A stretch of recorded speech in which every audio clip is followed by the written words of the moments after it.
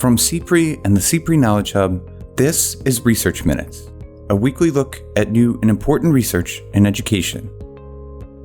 Today, we look at school reopenings and a new report analyzing successful interventions across the globe and offering research-backed recommendations for states, districts, and school leaders. We thought, what can we learn when we look at other countries about these specific factors that work, no matter where they're put in place? What would it look like here? We welcome David Steiner and Ashley Rogers Berner, researchers with the Institute for Education Policy at Johns Hopkins University, which co-authored the report with Chiefs for Change. Steiner and Berner share some evidence-backed strategies for states, networks, and schools. One of our recommendations is that we follow those countries that had suffered under SARS and as a consequence have built in practice with remote learning into their school years so that they're at the ready. And some important recommendations for stakeholders across the country. Too often, American instruction is a mile wide and an inch deep. This is an opportunity to say what really matters. So I think not only is less more, but depth rather than breadth, acceleration rather than remediation, and patience. It's not all going to be solved in the last week of August or the first weeks of September. That's right now on Research Minutes.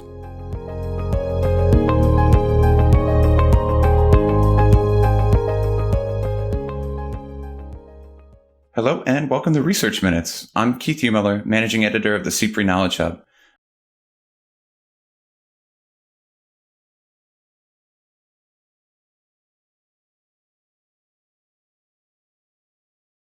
Today we welcome David Steiner, Professor and Executive Director of the Institute for Education Policy at the Johns Hopkins School of Education and a member of both the Maryland State Board of Education and the Maryland Commission for Innovation and Excellence in Education. Thanks so much for joining us, David. My pleasure. And we also have the pleasure of speaking with Ashley Rogers Berner, Associate Professor with the Johns Hopkins School of Education and Deputy Director of the Institute for Education Policy. She's also an expert in international school systems and served as the lead researcher and author of the report we're focusing on today. Thanks so much for joining us, Ashley. Thank you so much for the invitation. So, as I mentioned, today we're discussing the new report, which was co-authored by your institute and by Chiefs for Change, which is a bipartisan network of state and district education leaders, titled The Return: How Should Education Leaders Prepare for Re-Entry and Beyond?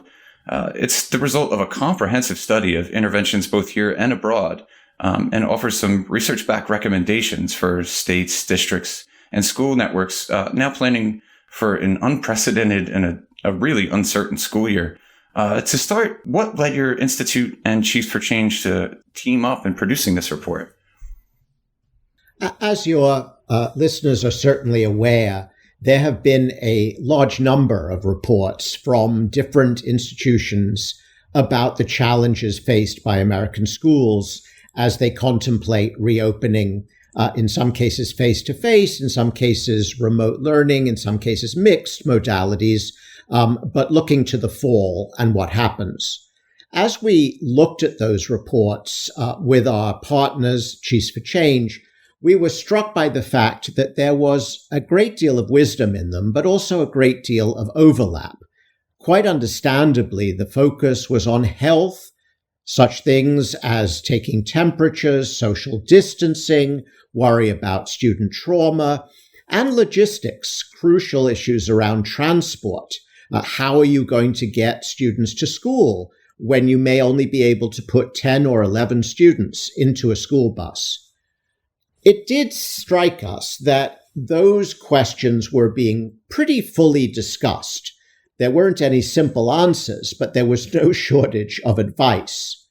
By contrast, there seemed to us to be less attention to some equally important questions around learning, around the academic challenges, around the timetables, many of which I know we'll come to in the following conversation. But to put it bluntly, we saw a real opportunity to address key educational challenges which we didn't see covered in the kinds of reports that were circulating at the time.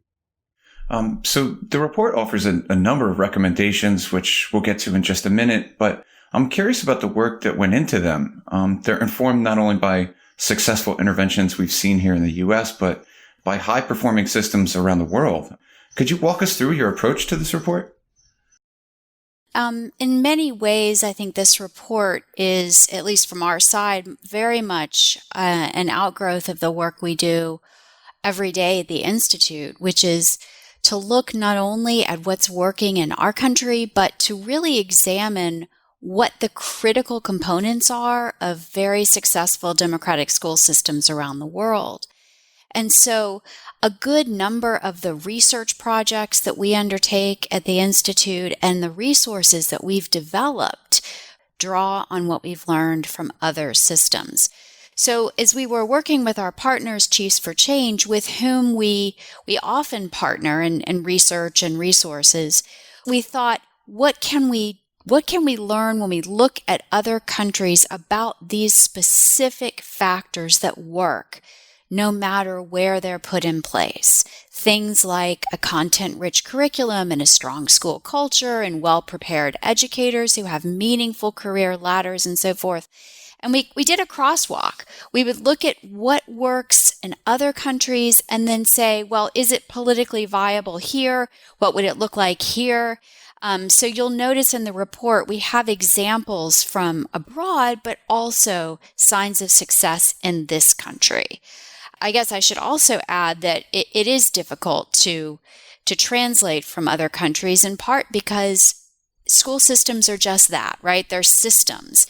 And they're coherent. As a matter of fact, David's doing quite a bit of work on this notion of a system coherence.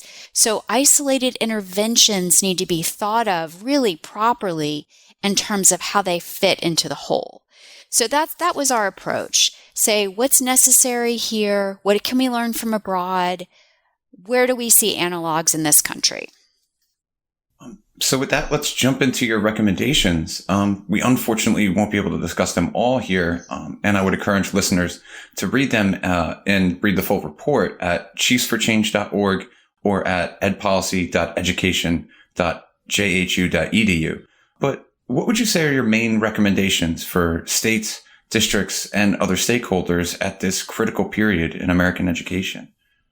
This takes us into the heart of our report. There are essentially four domains of recommendations, and I'll go through them in turn, and I'll be brief. The first is time, the strong use of time. As you know, the American K-12 calendar was the result of a mixture of factors, but essentially a concern among urban leaders that children in the inner cities would not be effectively able to learn in the heat of the summer with no air conditioning. And so we have these long summer holidays that produces something we called summer melt, where all students forget some of what they've learned in the previous year. And some research suggests that the worst off students economically forget some of the most material. So one of the recommendations is to take this opportunity where many, many districts and some states are thinking about the whole learning experience and asking if this isn't the moment to redistribute school learning timetables more evenly across the year to avoid this long, long break in the summer. We look at the longer school years. Many countries do much longer instructional years than the 180 days in the United States. Often there are 200 days abroad. Now, doing more of something that doesn't work isn't going to help anybody. So we want to be clear that when we ask for the possibility of longer school years, of perhaps longer school days, we're asking that to be taken into account with rigorous academics, with good planning and structure, not just as an end in itself. Secondly, talent. How should we organize adults in the schools? And here, the model that's been with us for well over 100 years, really, in our view, based on research, needs to change. not every teacher is equally good at academic instruction, social and emotional support, curriculum leadership, data analysis, or mentoring. We would have a far, far better system, and we would incentivize teachers professionally in much stronger ways if we distributed their talent and matched their talents to specific projects and responsibilities in our schools. A really strong instructional leader can be responsible for more than 25 students. Others who may have real talents with meeting students where they are emotionally, contacting parents, should be doing that. Others may be really strong at mentoring their young colleagues. So let's rethink the market for talent in a way that recognizes differential skills. Thirdly, the social and emotional and wellness and skills of our students. Clearly, there is a focus, rightly, with the COVID crisis on the fact that students, some of them will have experienced really deep traumas during this period. There's intense difficulty, I would say, in many, many households where folks are being pressed together for many hours a day, and tensions in the past may have exploded in very painful ways in these last months. That is crucial. But it goes beyond a concern for the immediate emotional and mental health of our students. It goes to their capacity for student agency and efficacy, their capacity to self-manage, their long-term self-directions, and other habits of success. We know these matter, but we haven't built them into our instructional models in any very systematic way. And finally, the academics themselves.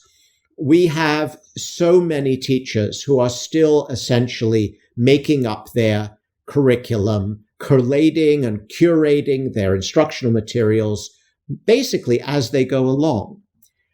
We believe strongly, based on research, that all teachers should start with high quality curriculum and then adapt it gradually for their specific student populations. So high quality curriculum, professional development aimed at that curriculum, at teaching those materials. Principal leadership as instructional leadership, again, focused on what's being taught in the classroom. So a repurposing of professional development and teacher support. That's a quick overview, obviously far more details in the report on each of those four crucial pillars of strong schools. As we're facing now both an economic downturn and what will likely be a contentious political season in the months ahead, do you think states, districts, and other stakeholders will be able, either economically or politically, to adopt recommendations like these? Well, there is no doubt that we're in for some turbulence economically, and of course our political culture has been fractured and fractious for a very long time, unfortunately. And as far as these recommendations, it's going to depend on the recommendation itself, whether individual states or districts or networks can adopt them. But they also differ in kind, I think, in terms of the economic and political lift required. So, for example, with curriculum and assessments, states and systems, and by the way, not only district school systems, but charter networks and private school networks and so forth, have to invest in curriculum anyway. And they may as well redeploy their resources that are allocated for curriculum to something that's quite high-powered and knowledge-rich and will lead to student gains and narrow the achievement gaps. The same with assessments. There's a certain amount of money that needs to be expended on assessments in any year, in any context. So might as well redeploy those dollars to be more effective assessments. And in our view, assessments that incentivize really rich teaching in the classroom, that don't act outside of the content that is meant to be mastered by students. Chiefs for Change members, and again, our institute have worked relentlessly on this particular issue. So that I would see as more cost neutral. Now, once we start reconfiguring teachers' roles and the time involved in the year, we reconfigure the calendar, we are talking about contract changes in the contracts, perhaps changes in the statute if we're talking about class size in certain contexts. So that will depend upon the political will in a given community. And what else is on the table? As we know, these grand bargains tend to happen. You can't get everything you want. But it will depend. I think probably the most difficult lift is the investing in remote learning capacities on an ongoing basis. That one of our recommendations is that we follow those countries that had suffered under SARS and as a consequence have built in practice with remote learning into their school years so that they're at the ready. And this makes a big difference. And that is a fiscal lift. And I think here we will need to recommend not only the use of CARES funding, which has been allocated for this purpose, but hope that philanthropy is able to step in to bridge that gap in broadband and devices and so forth. I think on the SEL side, the social and emotional learning, there is quite a bit of political momentum and educational momentum and philanthropic momentum towards more of a focus on social and emotional learning. I think the real trick there is to not settle for a quick fix of a program that is added onto whatever the school context seems to be.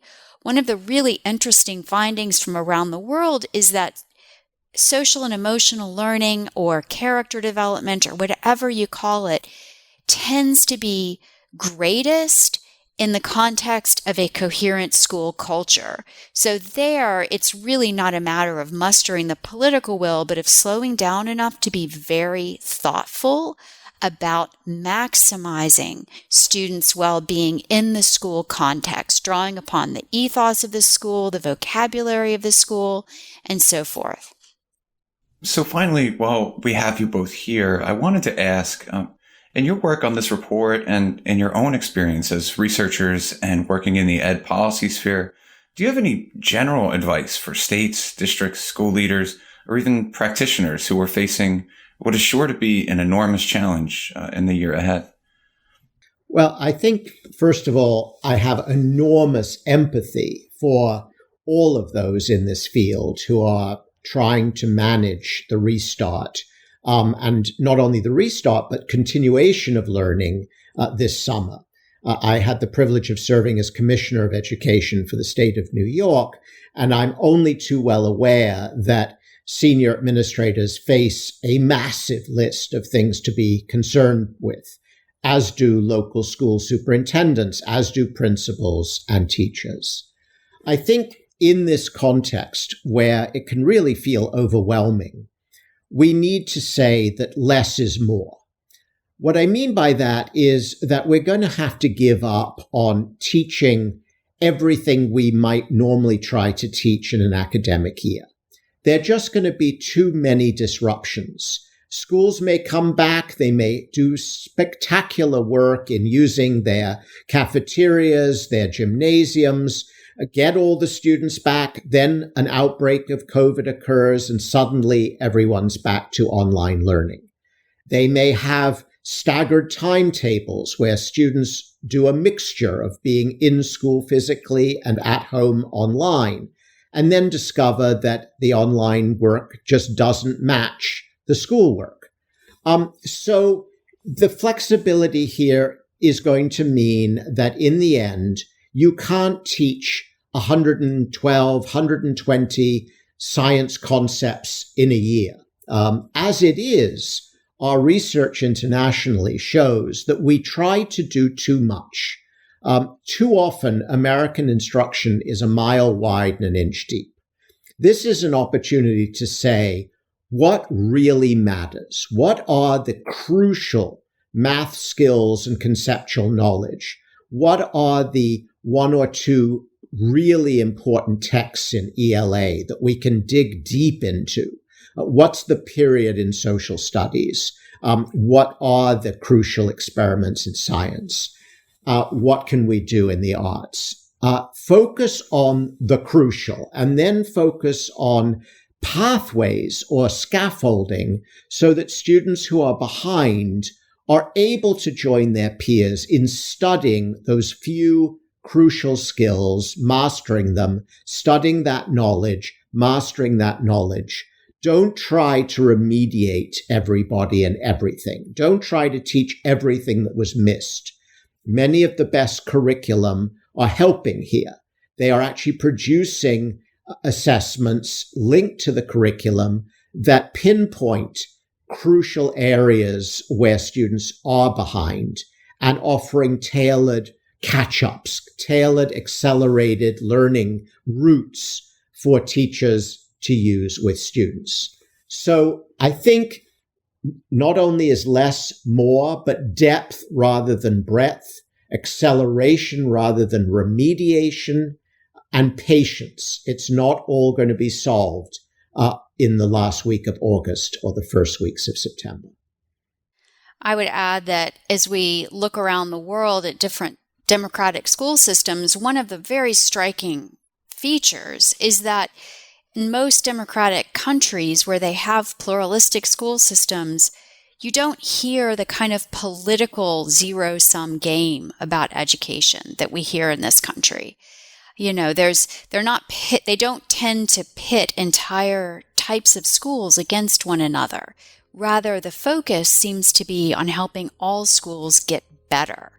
And they tend to fund a wider variety of schools and hold them to much higher standards academically. So, you know, the crisis has been universal. It hasn't just affected one type of school or one region or one geography. It's not even just national, it's global.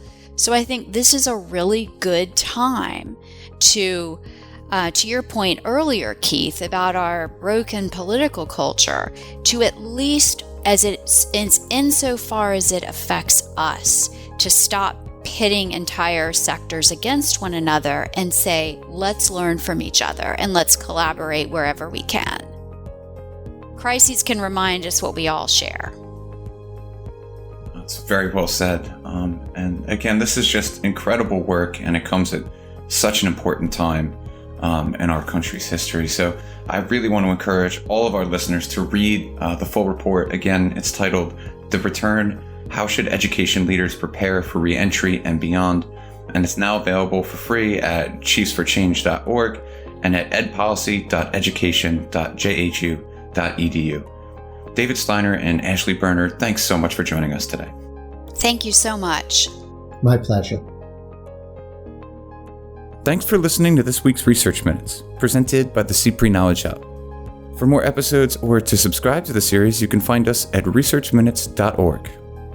To share thoughts on today's episode or to suggest a future topic, you can follow us on Twitter at CPRE Hub. That's CPRE